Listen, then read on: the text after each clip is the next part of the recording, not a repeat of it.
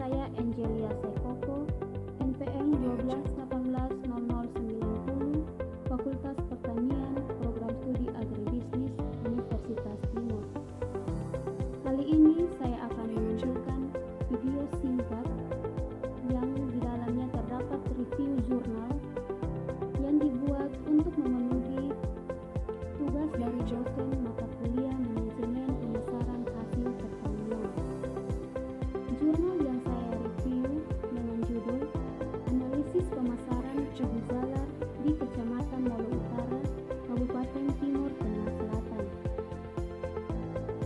Pendahuluan, pertanian merupakan salah satu sektor yang berperan dalam pengadaan pangan, meningkatkan pendapatan dan taraf hidup petani, meningkatkan hasil dan mutu produksi, serta memperluas lapangan pekerjaan dan kesehatan kerja. Pembangunan pertanian sangat diharapkan dapat mengarah pada perkembangannya sumber karbohidrat, khususnya umbi-umbian perlu menjadi perhatian penting. Ubi zalar atau Ipomoea batatas adalah salah satu komoditi yang dapat membantu mengurangi konsumsi beras. Ubi zalar mengandung jumlah tinggi beta-karoten yang merupakan antioksidan dan alami yang membantu meningkatkan ketahanan tubuh dari radikal bebas dan penyakit. Ubi zalar juga mengandung vitamin C, vitamin B, dan fosfor dalam jumlah yang cukup tinggi sehingga ampuh untuk melawan infeksi. Kabupaten Timur Tengah Selatan merupakan salah satu daerah yang memproduksi ubi zalar. Salah satu kawasan daerah penghasil ubi zalar di Kabupaten Timur Tengah Selatan ialah Kecamatan Molo Utara. Pada tahun 2013, hasil produksi sebesar 200 ton. Namun, pada tahun 2014 mengalami penurunan produksi menjadi 112 ton. Hal ini menunjukkan ketergantungan hasil produksi ditentukan oleh luasan lahan yang digunakan dalam memproduksi ubi zalar, sedangkan pada tahun 2015 mengalami peningkatan yang cukup baik menjadi 124 ton.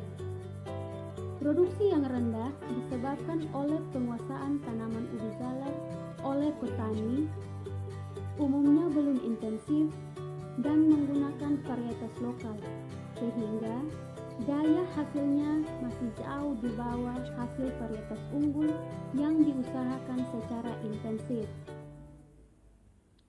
Tujuan penelitian untuk menganalisis saluran pemasaran yang relatif lebih efisien dan dapat meningkatkan pemasaran ubi zalar di daerah Molo Utara. Metode penelitian. Yang pertama, metode penentuan lokasi penelitian. Penentuan lokasi penelitian tentang analisis pemasaran ubi zalar di Kecamatan Molo Utara, Kabupaten Timur Tengah Selatan ini dilakukan secara sengaja atau proposition sampling dengan mempertimbangkan bahwa daerah tersebut merupakan sentra ubi zalar. Yang kedua, metode penentuan sampel. Sampel yang diamati dalam penelitian ini adalah anggota kelompok tani ubi zalar dari 2 desa dan 1 kecamatan yang dimaksud. Metode pengambilan data.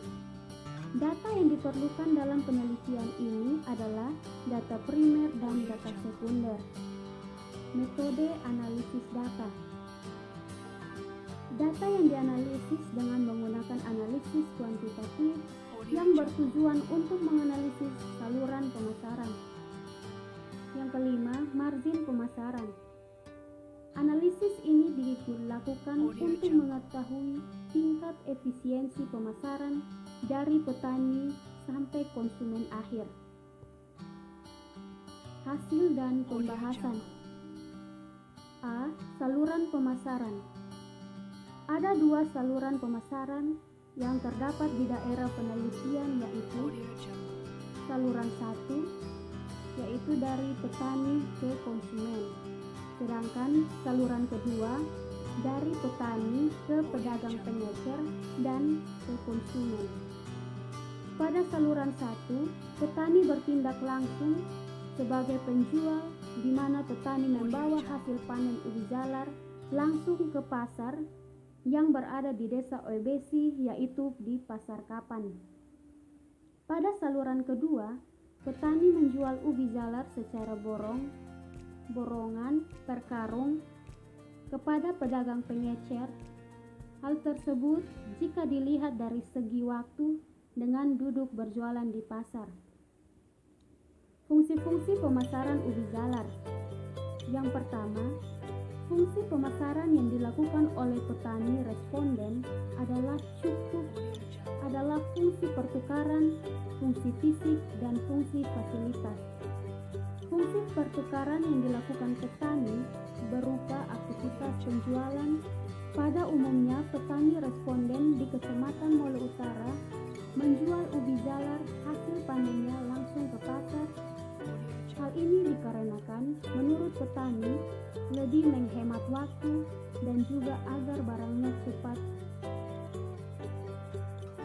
Terjadi fungsi fisik yang dilakukan oleh petani berupa aktivitas penyimpanan dan pengangkutan. Rata-rata ubi jalar yang diangkut petani dalam 1 minggu yaitu 360 hingga 400 kg.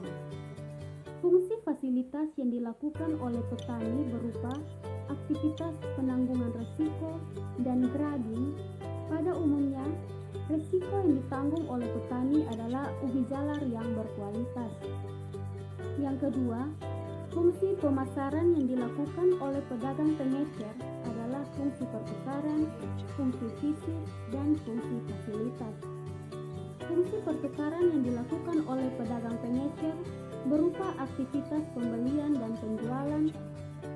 Pedagang pengecer membeli ubi jalar dari petani yang ada di Pasar Kapan.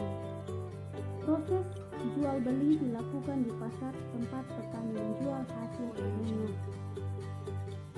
Fungsi fisik yang dilakukan oleh pedagang pengecer berupa aktivitas pengangkutan dan penyimpanan. Pedagang pengecer mengangkut ubi jalar dari Pasar Kapan ke kota hingga menjual.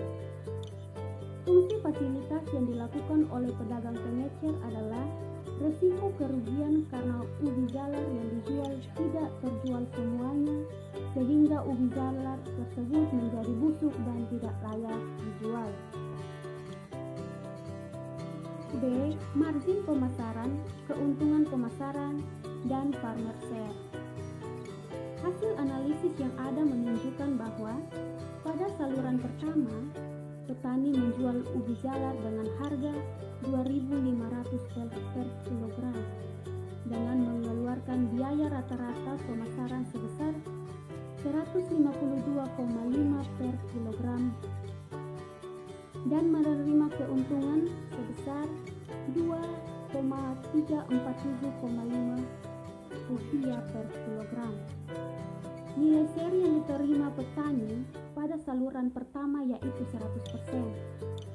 Sedangkan pada saluran pemasaran kedua, terlihat petani menjual ubi jalar ke pedagang pengecer dengan harga 2,641 rupiah per kilogram.